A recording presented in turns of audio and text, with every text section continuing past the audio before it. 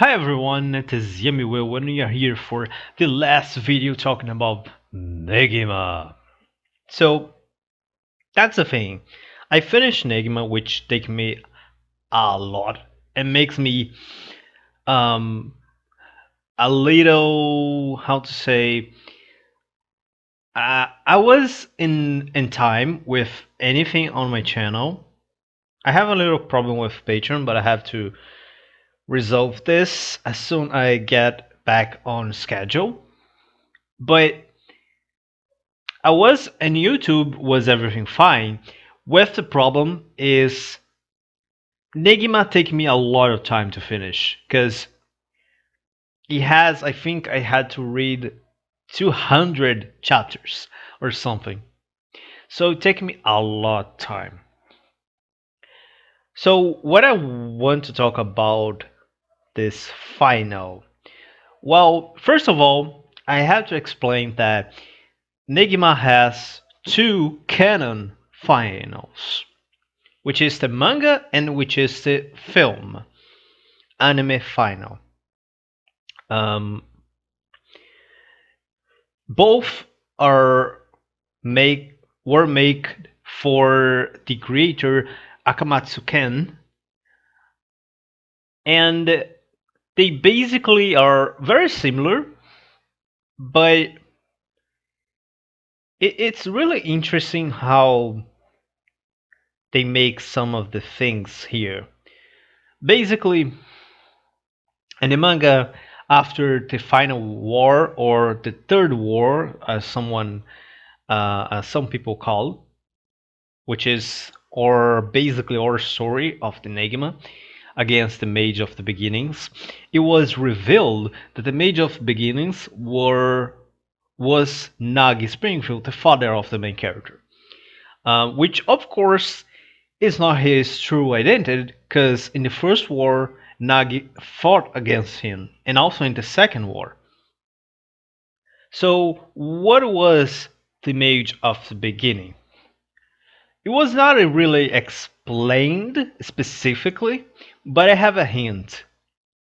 In the first war, it was shown a woman, which I think has or white hair or yellow hair, because we never see a color in the manga, and she not appear in the anime.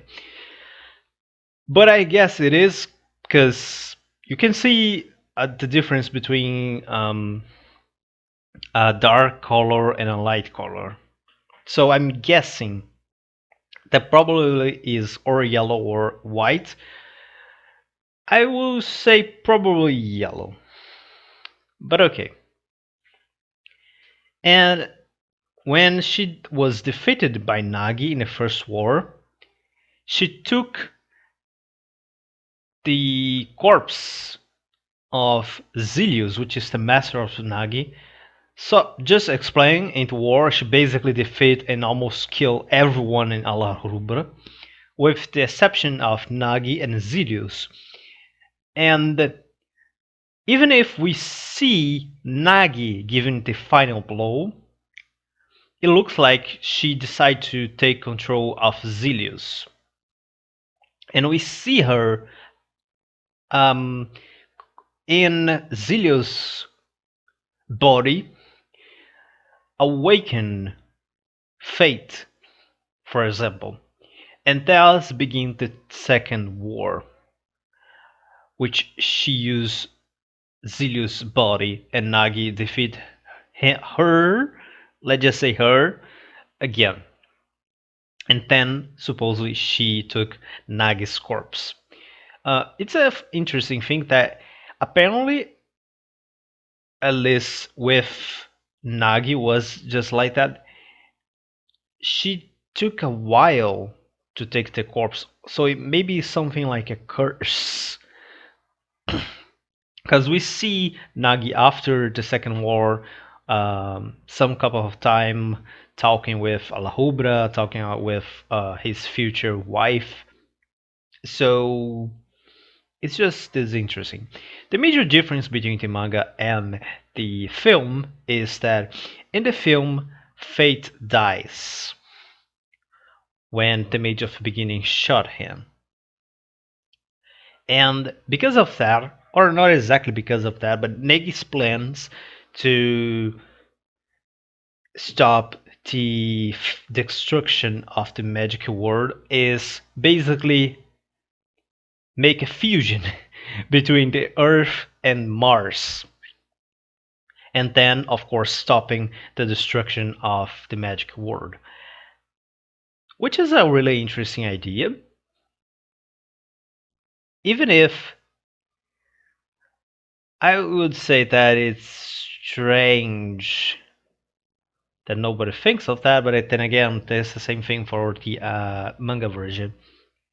Also, one of the major differences here is that in the film, Negi makes a contract, a permanent contract, with every one of their class, which is basically the same thing that happens in both anime versions, um, season 1 and season 2.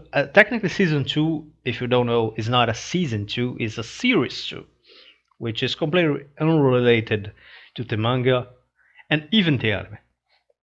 But in both, he make a contract with everyone, but in the film, it's a permanent one.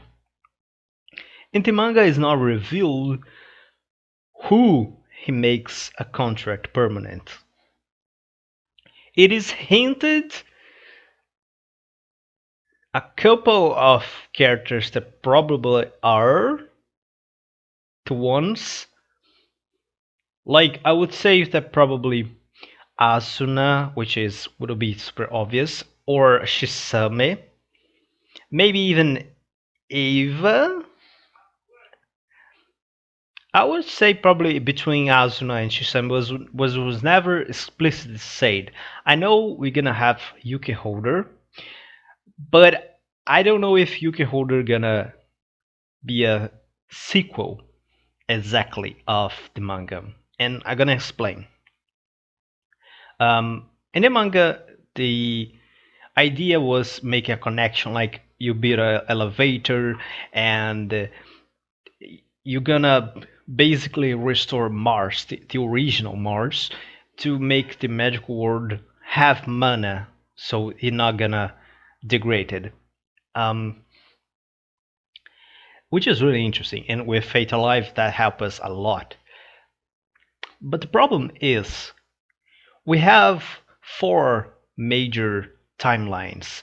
The first major timeline is the original one, when Chao um lives in a complete desolate Mars that probably no one helps, and so Mars is completely, and the magical world is completely destroyed, and we have a big war between Mars and Earth. We have the second timeline, which is when Asuna go to sleep, only in the manga, okay, go to sleep for 100 years. But she took 130 years because of this war that happens in this timeline as well. And she wakes up and everyone is already dead, with the exception of Evangeline and Chao that came back from her timeline, which I'm gonna talk about Chao later. And we have the third timeline, which is the timeline that ends the manga, which is Evangeline and Chao from the second timeline come back in time and in a parallel universe and back and come back with her. Chao decides to stay for the rest of the year and then go back for an I don't know where. Evangeline decides to go use the parallel universe machine and go look for a Nagi that is free for her to be wife. And we have a fourth timeline, which is the film timeline, where Earth and Mars became a one planet. So my question is, Yuki Holder take places in one of these four timelines, or is a fifth one? That's my question. Now talking about Shao. Shao technically, in my opinion, just exists in one of this timeline, which is the original one, which makes sense. She said that she's a descendant of Negi, and if we believe that that is true, because we never have a proof that it is true, but if we believe that, everything that she did to change the timelines or parallel universe, she did not. She's not born in none of those two. And the proof that it is that she herself make this parallel universe to travel, and we never see another child. So the great mystery is who Negi married for a child to begin. A simple answer could be Kufei, but it could be also anyone, because like it's not like she's a daughter of Negi. She's a descendant, like a granddaughter. So it's hard to think. The bigger question gonna be exactly which timeline it is. About Yuki Holder, I'm really excited for Yuki Holder. It has a really good premise. The only thing that I know about Yuki Holder is that is a sequel of Negima, and it has a really good premise just by the name Yuki Holder, which is a hint of holder, which is English for like hold. And Yuki, it's basically immortality. So yeah, I know that the main character go to a organization. Let's just say this. I don't know much of immortal people, which is pretty cool. And I know that Evangeline is one of them. That's just what I know.